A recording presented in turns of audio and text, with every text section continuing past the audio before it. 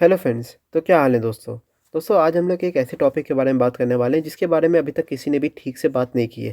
तो दोस्तों मैंने सोचा कि मैं ही क्यों ना कर लूँ। दोस्तों स्मार्टफोन्स तो हम में से हर कोई यूज़ करता है, जैसे कि किसी के 10,000 के अंदर होते हैं, किसी के 15,000 के अंदर होते हैं, किसी के 20,000 तक के होते हैं। तो दोस्तों लेकिन हमारे मन में एक ख्याल तो ज़रूर आता है कि दोस्तों जो फ़ोन्स जो होते हैं यहाँ पे 10,000 के अंदर या तो 12,000 तक की, उसमें अल्ट्रा वाइड कैमरा हमें जनरली देखने को नहीं मिलता है, यानी कि बहुत कम फ़ोनों में हमें अल्ट्रा वाइड कैमरा देखने को मिलता है। तो दोस्तों ऐसा क्यों होता है? क्या ये लेंस बहुत ज़्यादा एक्सपेंसिव होते हैं? अगर हाँ, तो इसके पीछे क्या-क्या कारण हैं? तो दोस्तों अगर आपके दिमाग में कोई ऐसी मतलब क्वेश्चंस आते हैं तो दोस्तों आप एकदम सही वीडियो में हैं। इस वीडियो को देखने के बाद आपका वाला डाउट क्लियर हो जाएगा। तो दोस्तों मैं हूं समीर, आप देख रहे हैं टेक्नोलॉजी सीक्रेट्स। बहुत-बहुत स्वागत है। तो चलिए दोस्तों वीडियो को स्टार्ट करते हैं।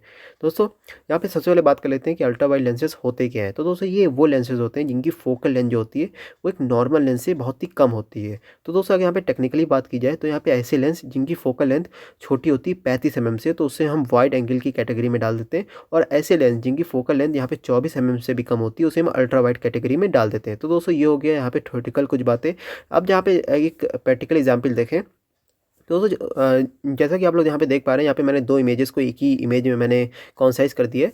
तो यहाँ पे जो लेफ्ट साइड में जो इमेज है यहाँ पे मैंने मेन कैमरे से ली है, और यहाँ पे जो राइट साइड में जो इमेज है वो मैंने यहाँ पे अल्ट्रा वाइड कैमरे से ली हुई है। तो यहाँ पे जो लाल निशान जो है, लाल निशान के अंदर जितना भी एरिया कवर किया गया हुआ है वो यहाँ पे मेन कैमरे के भी द्वारा किया गया है, लेकिन जो इसके बाहर का एरिया है ये मेन कैमरा नहीं ले पाया। तो इसका मतलब ये होता है कि अल्ट्रा वाइड जो लेंस होता है ये ज़्यादा एरिया कवर कर लेता है मेन कैमरे के मुकाबले में। तो दोस्तों ये हो गया इसका प्रैक्टिकल यूज़।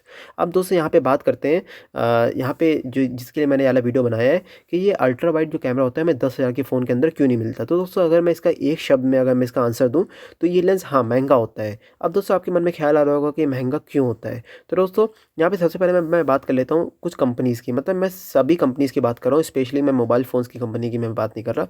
यहाँ पे कंपनी कुछ कॉस्ट कटिंग मतलब करती है हर एक प्रोडक्ट में। जैसे कि मान लीजिए एक कंपनी है, उसने एक प्रोडक्ट बनाया एक्स।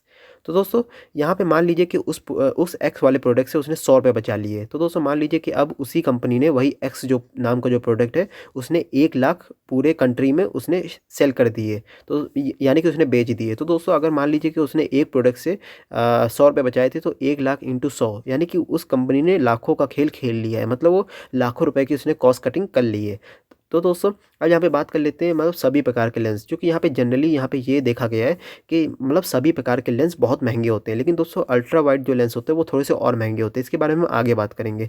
तो दोस्तों सबसे पहला जो रीज़न जो लिख करके आता है यहाँ पे आता है ह्यूमन टच। तो दोस्तों मान लीजिए कि एक फैक्ट्री है, तो यहाँ पे उस फैक्ट्री में पूरा सेटअप किया जाता है। तो दोस्तों यहाँ पे कुछ काम तो मशीन के भी द्वारा किया जा सकता है। तो दोस्तों यहाँ पे कंपनी की काफ़ी कॉस्ट कटिंग हो जाती है, वहाँ पे कंपनी काफ़ी रुपए बचा लेती है। लेकिन दोस्तों यहाँ पे बात आती है एक इंसान की, एक वर्कर की। तो दोस्तों वहाँ पे अगर वर्कर अगर काम कर रहे हैं बहुत सारे, तो दोस्तों वहाँ पे कंपनीज़ जो होती हैं वो पैसे बचा नहीं पाती, इसीलिए यहाँ पे उस चीज़ के जो रेट जो होते हैं वो बढ़ जाते हैं।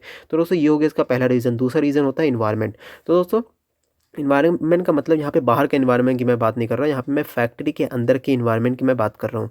तो दोस्तों यहाँ पे जहाँ पे लेंसेज जहाँ पे बनते हैं, स्पेशली यहाँ पे लेंसेज जहाँ पे बनते हैं, तो वहाँ पे जो एरिया जो होता है एकदम नीट एंड क्लीन होना चाहिए, जिसको हम स्पीड एंड स्पैन भी बोलते हैं, यानी कि एकदम साफ़ एंड सुथरा। तो दोस्तों यहाँ पे अगर मान लीजिए कि लेंस पैक होते समय थोड़ा सा भी अगर गंदगी अगर लेंस के अंदर आ जाती है, एक छोटा सा भी अगर पार्टिकल भी आ जाएगा, छोटा सा एक पॉइंट भी, तो दोस्तों वो लेंस की पूरी क्वालिटी को बेकार कर देगा। यानी कि जब आप इमेजेस लेंगे तो ब्लर आएँगी, एकदम बेकार आएँगी, आपको बिल्कुल भी मज़ा नहीं आएगा। तो दोस्तों इसीलिए यहाँ पे बहुत ज़्यादा साफ़-सुथराई की ज़रूरत होती है। तो इसीलिए यहाँ पे बार-बार साफ़-सुथराई होने के कारण इसकी जो प्रोडक्टिविटी जो होती है वो काफ़ी कम हो जाती है, और साथ ही साथ इसके प्राइसेज़ भी मतलब बढ़ जाएँगे, ये तो बात ज़ाहिर है। अब दोस्तों यहाँ पे बात करते हैं कि मेन अल्ट्रा वाइड लेंसेज़ क्यों महँगे होते हैं और दूसरे लेंसेज़ से। तो दोस्तों सबसे पहले यहाँ पे बात आती है प्रोडक्टिविटी की। तो दोस्तों जैसा कि हम बात करें यहाँ पे एक स्टैंडर्ड लेंस की, जैसे कि एक मेन कैमरा जो होता है जिसको मेन कैमरा भी हम बोलते हैं, तो वो हर चीज़ में हमारे यूज़ आ जाता है। जैसे कि हम लैंडस्केप फ़ोटोग्राफ़ी करना चाहते हो, पोर्ट्रेट शॉट लेना चाहते हो, उसमें भी काफ़ी अच्छा होता है, मैक्रो शॉट्स लेना चाहते हो, तो वो हर काम हमारे कर देता है। इसीलिए यहाँ पे इसकी जो डिमांड जो होती है वो काफ़ी ज़्यादा होती है। अब मान लीजिए कि एक फैक्ट्री है, उसने पूरा सेटअप किया। उसने जब सेटअप करने के बाद उसी सेटअप से वो कई ज़्यादा प्रोडक्ट्स बना रहा है और वो कई ज़्यादा प्रोडक्ट वो बेच भी रहा है। तो दोस्तों यहाँ पे जो कॉस्ट जो होगी उस प्रोडक्ट की काफ़ी कम हो जाएगी। लेकिन वही जगह यहाँ पे इस कंपनी ने एक मतलब पूरा सेटअप किया। सेटअप करने के बाद लोग उसको लेने वाले कम हैं, मतलब उस जो भी चीज़ वो बना रहा है वो लोग लेने वाले कम हैं। तो दोस्तों यहाँ पे क्या होगा कि उस जो मतलब वो जो कंपनी जो है कि अपने इन्वेस्टमेंट को पूरा करने के लिए वो उस जो प्रोडक्ट का जो कॉस्ट होगा उसको इंक्रीज़ कर देगा। तो दोस्तों इसीलिए यहाँ पे अल्ट्रा वाइड की डिमांड जो होती है कम होती है, इसीलिए यहाँ पे इसका जो कॉस्ट जो होती है वो बढ़ जाती है। इसीलिए यहाँ पे ये इसकी कॉस्ट बढ़ जाती है। तो दोस्तों यहाँ पे अगर दूसरी चीज़ की बात करें, दूसरी चीज़ आती है डिज़ाइन की। तो दोस्तों यहाँ पे एक निफ्टी 50 एक तरह का लेंस है, इसके बारे में तो आपने सुना ही होगा। तो दोस्तों ये एक ऐसा लेंस होता है जो कि हर फोटोग्राफर के पास होता है। क्योंकि दोस्तों यहाँ पे इसकी जो डिज़ाइन जो होती है बहुत ही ज़्यादा सिंपल होती है और यहाँ पे इसको जो बनाना जो होता है, मतलब जो कंपनी जो इसको बनाती है वो बहुत ही ज़्यादा आसानी से बना लेती है। और दोस्तों इसको कोई भी एक्स्ट्रा लेंस नहीं चाहिए होता है, जैसे कि कॉनकेव हो गया, कॉन्वेक्स हो गया, ये सब इसको एक्स्ट्रा लेंस की ज़रूरत नहीं पड़ती है एक इमेज को फोकस करने के लिए। लेकिन दोस्तों वही अगर बात करेंगे यहाँ पे अल्ट्रा वाइड कैमरे की, तो दोस्तों यहाँ पे हमें कई ज़्यादा लेंसेज चाहिए होते हैं अगर अगर हम यहाँ पे एक स्टैंडर्ड लेंस के कंपैरिजन में बात करें। और दोस्तों यहाँ पे इसकी जो फोकल लेंथ जो होती है अल्ट्रा वाइड कैमरे की वो भी कम होती है, जो कि ये बात मैंने डेफिनेशन में आपको बताई थी। तो दोस्तों यहाँ पे कई सारे लेंसेज को एक छोटी फोकल लेंथ में ऐड कर पाना ये बात काफ़ी मुश्किल होती है। और दोस्तों जैसा कि हम लोग जानते हैं कि एक छोटी चीज़ में कई सारी चीज़ों को ऐड करना मतलब ये काफ़ी प्रॉब्लम ये खड़ी कर देती है सामने, यानी कि काफ़ी एब्रिएशंस, काफ़ी डिस्टॉर्शंस ये मतलब खड़े कर देती है हमारे सामने। तो दोस्तों इसीलिए यहाँ पे बहुत ज़्यादा एडजस्टमेंट की ज़रूरत होती है। अल्टीमेटली क्या होता है कि प्राइस भी बढ़ जाएगा। अब दोस्तों मैं आपको एक एग्जांपल के थ्रू मैं आपको समझाना चाहता हूँ। जैसे मान लीजिए एक रूम है, वो 500 स्क्वायर फीट का एरिया है, उसमें 4 लोग आराम से अंदर आ सकते हैं, मतलब 4 लोग आराम से अपना कुछ भी काम कर सकते हैं। अब वही जगह अगर मैं ये कहूँ कि उस रूम का एरिया आधा कर दो, यानी कि 250 स्क्वायर फीट का एरिया कर दो, और अब मैं कह रहा हूँ कि उसमें 6 लोगों को या फिर 8 लोगों को अंदर डाल दो, तो दोस्तों वो काफ़ी मुश्किल हो जाएगा। उसका एडजस्टमेंट करना, उसको मतलब सब कुछ करना, उसकी डिज़ाइन पूरा बनाना तो काफ़ी मुश्किल पड़ जाता है। तो इसीलिए यहाँ पे अल्ट्रा वाइड जो लेंसेज़ होते हैं काफ़ी महँगे होते हैं। अब दोस्तों यहाँ पे मैंने एक टर्म यूज़ किया था एब्रिएशंस, तो दोस्तों इसका मतलब क्या होता है? दोस्तों ये पार्ट है ऑप्टिक्स का। तो दोस्तों यहाँ पे फिज़िक्स का ही पार्ट है, हम ये कह सकते हैं, जो कि यहाँ पे ये उस वाले लेंसेज़ को डिफ़ाइन करता है जो कि लाइट को मतलब मजबूर कर देते हैं कि उस वाले रीजन में चले जाते हैं जहाँ पे उन्हें फ़ोकस नहीं होना होता है।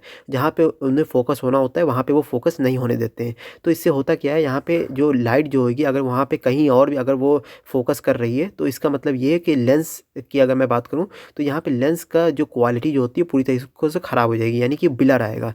जैसा कि मैंने यहाँ पे एक डायग्राम के थ्रू मैंने आपको समझाया है। ये जो आप ग्रीन लाइन देख पा रहे हैं, यहाँ पे चीज़ें यहाँ पे जो लाइट जो है वहाँ यहाँ पे फोकस नहीं हो पा रही है, इसके आगे हो रही है, इसके पीछे हो रही है। तो दोस्तों यहाँ पे जो अल्टीमेटली जो यहाँ पे हमें जो लेंस की क्वालिटी जो मिल रही है वो काफ़ी बेकार मिल रही है।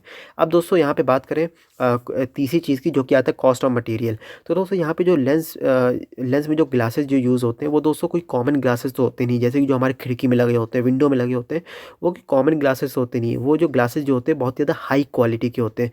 और दोस्तों ये बात ज़ाहिर है कि कोई चीज़ हाई क्वालिटी की होती है वो चीज़ सस्ती तो होगी नहीं, वो चीज़ काफ़ी महंगी होगी। अगर दोस्तों इससे हट के थोड़ी बात करें, तो यहाँ पे अल्ट्रा वाइड लेंस में जैसा कि मैंने बात की थी कि स्टैंडर्ड लेंस से काफ़ी ज़्यादा ग्लासेस की ज़रूरत पड़ती है। और साथ ही साथ हमें यहाँ पे एक अच्छा फील्ड ऑफ व्यू भी चाहिए होता है, यानी बहुत बड़ा। एक नॉर्मल कैमरे से भी हमें बहुत बड़ा फील्ड ऑफ व्यू चाहिए होता है। तो इसके लिए क्या होता है कि जो कैमरे का जो लेंस जो होता है आगे से वो थोड़ा-सा उभरा हुआ होता है, यानी कि बाहर की तरफ होता है। तो ये सब चीज़ें एक ही चीज़ में मैनेज कर पाना, ये चीज़ काफ़ी मुश्किल पड़ती है। और साथ ही साथ यहाँ पे सिर्फ एक्स्ट्रा ग्लास की ही बात नहीं है, यहाँ पे कई सारे और भी अदर एलिमेंट्स की भी हमें ज़रूरत पड़ती है अल्ट्रा वाइड कैमरे में, ताकि हमें एक अच्छे से अच्छा फील्ड ऑफ व्यू एरिया हमको मिल सके। और साथ ही साथ यहाँ पे इन्हीं सब चीज़ों को एक ही छोटी-सी चीज़ में फिक्स कर पाना, तो ये काफ़ी मुश्किल पड़ता है। और साथ ही साथ हम ये भी जानते हैं कि अगर एक छोटी चीज़ में काफ़ी ज़्यादा चीज़ें अगर हम यहाँ पे फिक्स कर देंगे, तो वो चीज़ काफ़ी ज़्यादा भारी हो जाएगी, बल्की हो जाएगी, उसे ईज़ी टू कैरी भी नहीं कर पाएँगे। तो इसीलिए यहाँ पे बहुत ज़्यादा फाइन क्वालिटी ऑफ मटेरियल यहाँ पे यूज़ किया जाता है, जिसके थ्रू वो चीज़ आइडियल रहे, यानी कि उसका वेट भी कम रहे, साइज़ भी छोटा रहे। तो यहाँ पे ये सब करने के लिए यहाँ पे काफ़ी ज़्यादा रिसर्च डेवलपमेंट की यहाँ पे ज़रूरत पड़ती है, जिसके थ्रू एक अच्छे से अच्छा यहाँ पे लोगों को एक्सपीरियंस मिल पाए अच्छा।